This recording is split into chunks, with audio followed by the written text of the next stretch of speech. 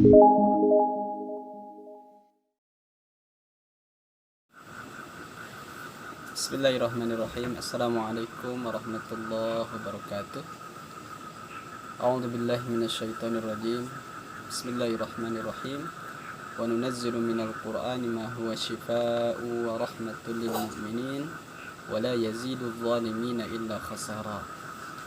Ayah bunda yang dimuliakan Allah Subhanahu wa taala, sesungguhnya Allah Subhanahu wa taala berfirman, wa nunazzilu minal qur'an ma huwa syifaa'un wa rahmatul lil mu'minin.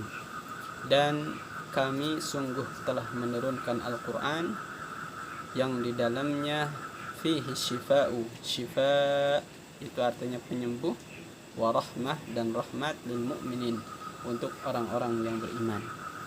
Jadi sejatinya bahwasannya Al-Qur'an itu adalah penyembuh dan Al-Qur'an itu adalah rahmat. Dahulu di zaman Rasulullah SAW, Quran itu sangat luar biasa dan benar-benar Quran itu sangat mujarab, bisa menyembuhkan orang-orang yang sakit. Diceritakan dalam sebuah riwayat, Rasulullah SAW pernah mengutus 30 orang sahabat untuk berperang. Qadarullah, di tengah jalan 30 orang sahabat itu kemalaman dan singgah di sebuah kampung. Tiba-tiba pas tengah malam ada yang berteriak-teriak. Ternyata salah satu anggota di kampung tersebut ada yang terkena oleh sengatan binatang. Lalu ada seorang sahabat bernama Sa'id Al-Khudri. Beliau meruqyah, beliau membacakan surah Al-Fatihah dalam riwayat 7 kali. Dan dengan izin Allah Subhanahu wa taala, orang yang sakit ini langsung sembuh. Lalu mereka dihadiahi 30 ekor kambing. Lantas sahabat itu melapor kepada Rasulullah SAW, "Ya Rasulullah, kami ini kemarin meruqyah orang yang tersengat oleh binatang dengan Al-Fatihah, dan kami ini dihadiahi 30 ekor kambing. Bagaimana ya Rasulullah?" Lantas Rasulullah SAW berkata, betul bahwa Al-Fatihah itu adalah obat, dan 30 ekor kambing itu terimalah oleh kalian dan sisakanlah untuk aku sebagian. Jadi Quran sangat luar biasa.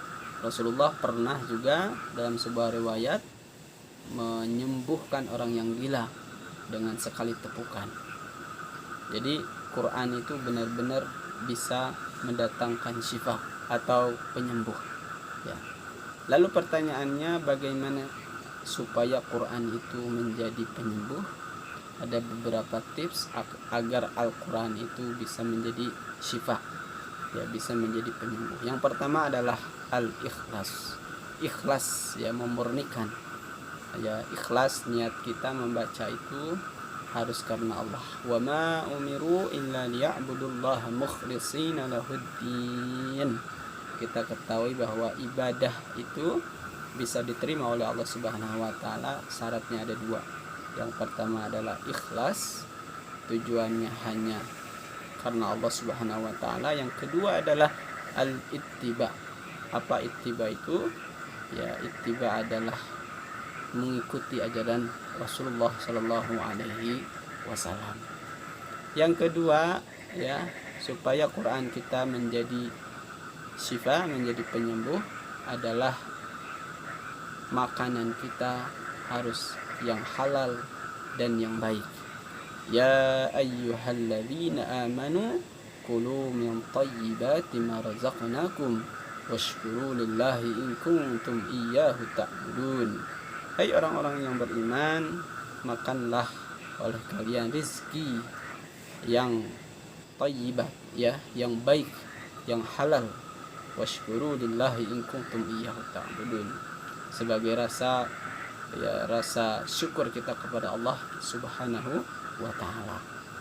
Jadi tidak ada artinya ketika kita berdoa kepada Allah Subhanahu wa taala, lantas yang kita makan itu makanan haram, yang kita kenakan itu kenakan pakaian-pakaian yang haram. Ketika makanan kita halal, maka insya Allah doa-doa kita akan diijabah oleh Allah Subhanahu wa Ta'ala. Yang ketiga, agar Quran itu menjadi penyembuh, yaitu bacaan kita harus sesuai dengan yang dicontohkan oleh Rasulullah Sallallahu Alaihi Wasallam. Ya, wa auzid alaihi warattilil Qur'ana tartila. Baca Al-Quran itu harus dengan tartil. Kata para ulama, yang disebut dengan tartil itu salah satunya adalah memberikan hak dan mustahaknya. Harus sesuai dengan tajwid. Imam Jazari mengatakan bahwa bacaan Quran itu harus dengan tajwid, wajib hukumnya. Dan bagi yang tidak pakai tajwid, maka hukumnya fasik, ya. Maka bacaan kita harus sesuai dengan apa yang dicontohkan oleh Rasulullah SAW. Ya, dahulu Rasulullah langsung ditalaki oleh malaikat Jibril. Inna nahnu nazzalna dzikra wa inna lahu lahafizun. Ya, Quran itu dijaga. Ya, Quran itu Allah yang menurunkannya dan Allah juga yang menjaganya. Bacaannya pun harus sesuai dengan apa yang dicontohkan, ya, oleh yang dicontohkan. Awalnya dari malaikat Jibril diajarkan kepada Rasulullah mengajarkan kepada para sahabat mengajarkan kepada tabi'in mengajarkan kepada tabi'in mengajarkan kepada para ulama, terus sampai dengan kita, ya. Jadi harus dengan tajwid, harus dengan apa yang dicontohkan oleh Rasulullah Sallallahu Alaihi Wasallam. Dan yang terakhir, agar Quran itu mendatangkan syifa, mendatangkan rahmat, yaitu harus yakin, ya, yakin. Wa idza sa'alaka 'ibadi 'anni fa inni qarib ujibu da'watad da'i idza da'an falyastajibu li wal yu'minu bi la'allahum yarshudun.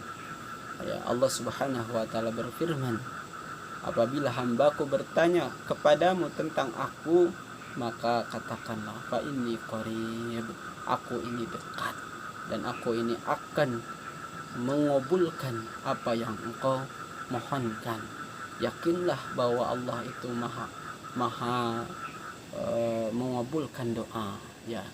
Insya Allah ketika kita yakin, maka bacaan kita akan menjadi syifa. Demikian tauhid singkat ini, mudah-mudahan bermanfaat. Jazakumullah khairan. Wabillahi taufiq wal hidayah. Wassalamualaikum warahmatullahi wabarakatuh.